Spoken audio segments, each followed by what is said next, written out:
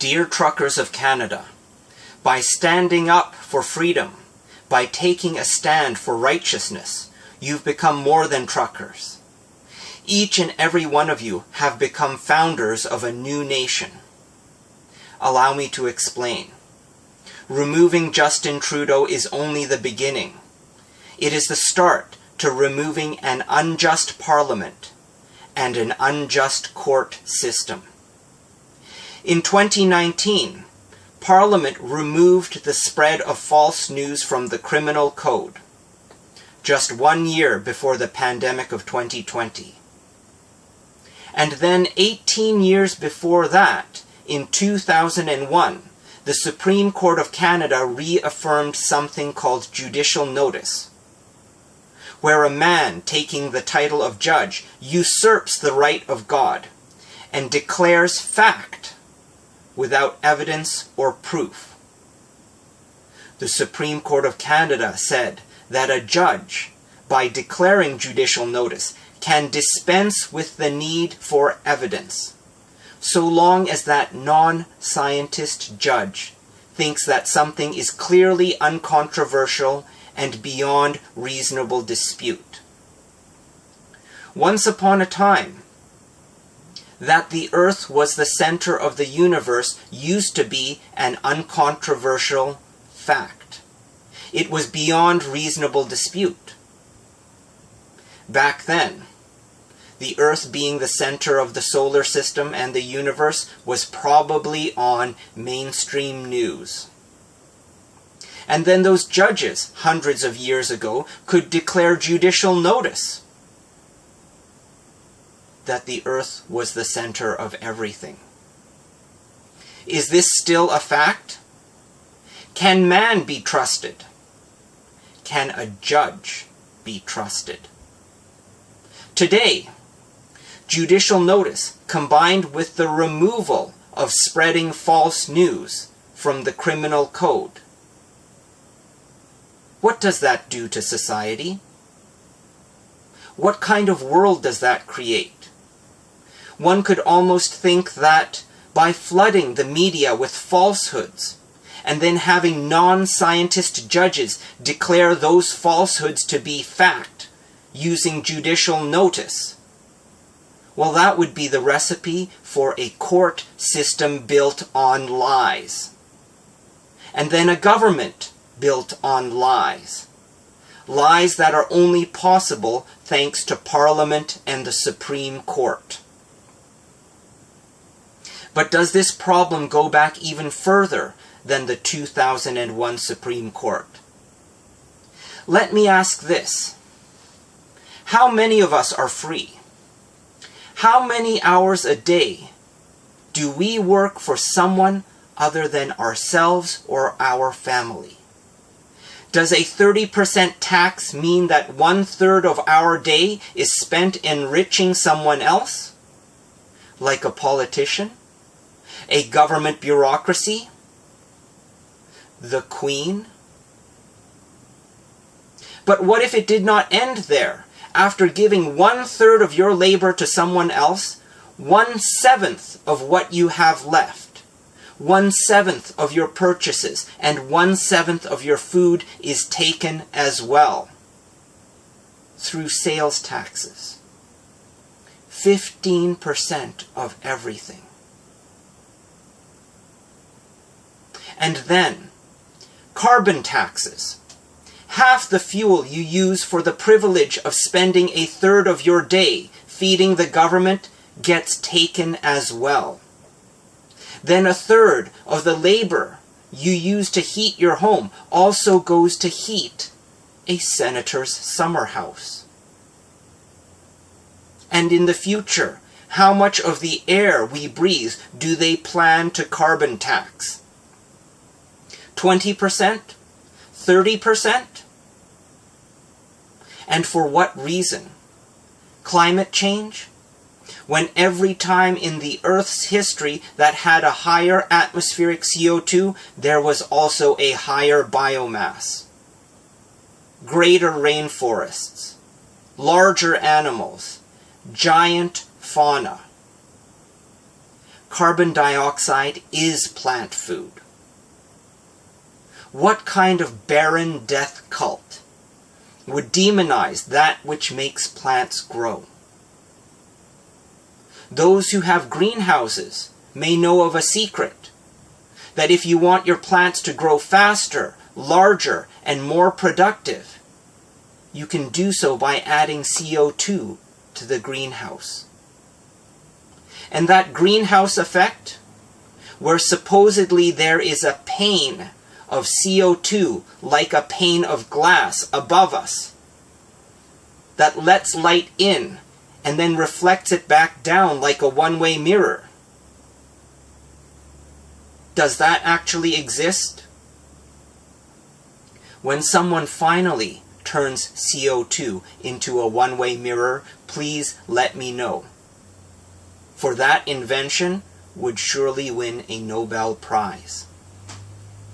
So, if 50% or more of your labor goes to the enrichment of someone else, what would you call that? Slavery, perhaps?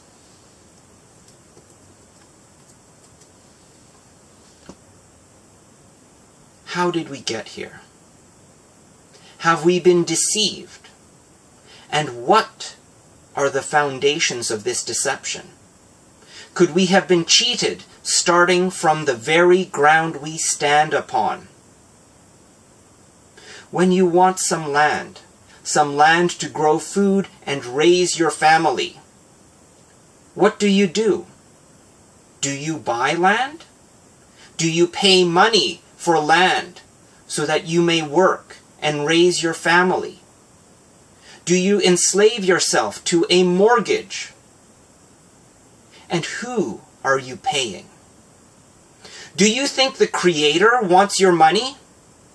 Do you think Mother Earth wants your mortgage? Does the universe want your debt? Or is it someone else on the other side of an ocean who wants your money? Does she take your money for something she got for free 250 years ago? And then in her greed, she makes you pay taxes for having that land, living on that land, and keeping that land for your children. That is the profane foundation upon which today, this day, was built. Built by a greed that is unsatisfied by your money, ungrateful for your labor. And now it wants the very body that your soul lives in. It wants to dictate what you are allowed to put into that vessel that was given to you by the Creator. This greed wants to dictate how much you are allowed to live. It wants to monitor and tax your every breath. Have you ever read the patent about turning your body's activity into a cryptocurrency? They already want to turn you into money, disposable money. And what of those machines, those manacles some of us wear on our wrists? You know, those armbands that measure your heartbeat, how often you turn over in your sleep, and how much oxygen you consume. What do you think is the long-term plan for those shackles? Today it's injections, tomorrow food, and the day after tomorrow, slavery. The media already demonizes food. What you're eating has a carbon footprint. You have to pay carbon taxes for eating. They want you to pay a carbon tax for the privilege of living. Does the Creator collect taxes? Does Mother Earth take away from your table? Or does the Creator give? Does Mother Earth feed?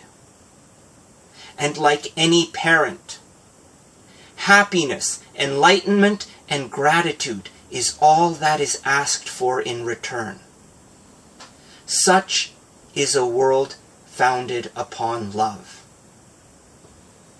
Such is the foundation that the Creator and the earth want us to build upon. But beware of the merchants of greed. They will come to you with bribes. They will give one group favors, promises, agreements, and then none to another. Do this, they will say, and in exchange we will give you something that the others won't have. That is how the merchants of greed work. That is how they divide us. That is how they corrupt everyone they touch. There are no others. It is us. Only us. The merchants of greed are well dressed. They carry titles of power. And they also hold implements of violence. But fear not, they are weak. For if they cannot divide us into others, we win. We become the founders of a new nation.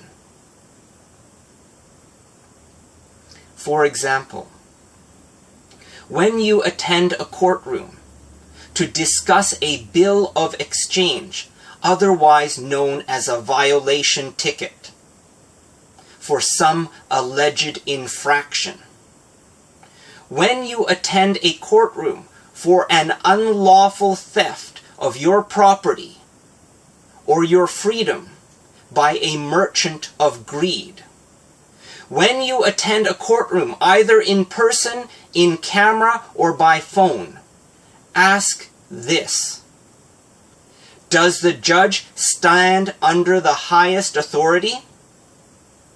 If the judge refuses to say yes, and offers some semantic substitute, ask again: does the judge stand under the highest authority, under the Creator God?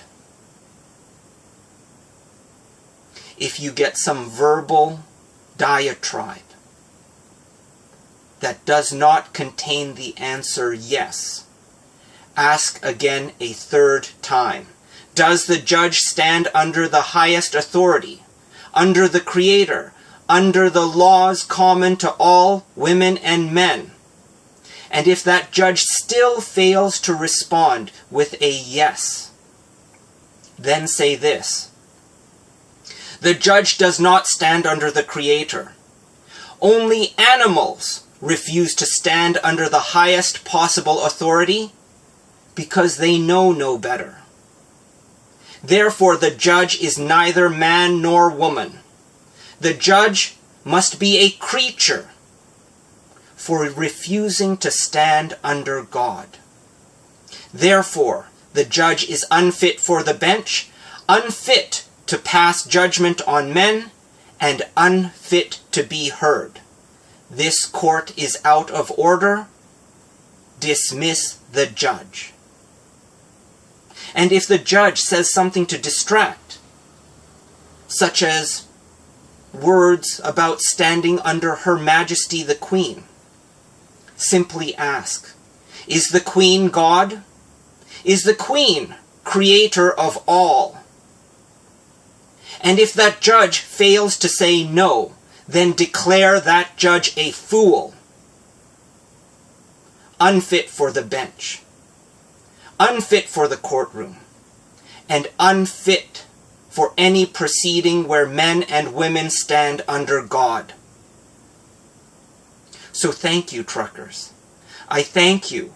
I thank every woman and man. For you are founders of a new nation under the Creator. We shall work together to create a new world founded upon truth, love, and enlightenment. A life well lived is not measured by years of worldly existence. A life well lived is not measured by fortunes. It is measured by deeds done, momentous acts of courage, and the knowledge that we use each and every last bit of matter in our bodies under the guidance of our God-given souls for the service of excellence. For as Plato said long ago, justice is excellence of the soul. We are justice. We are founders of a new nation. And we stand for freedom. Thank you.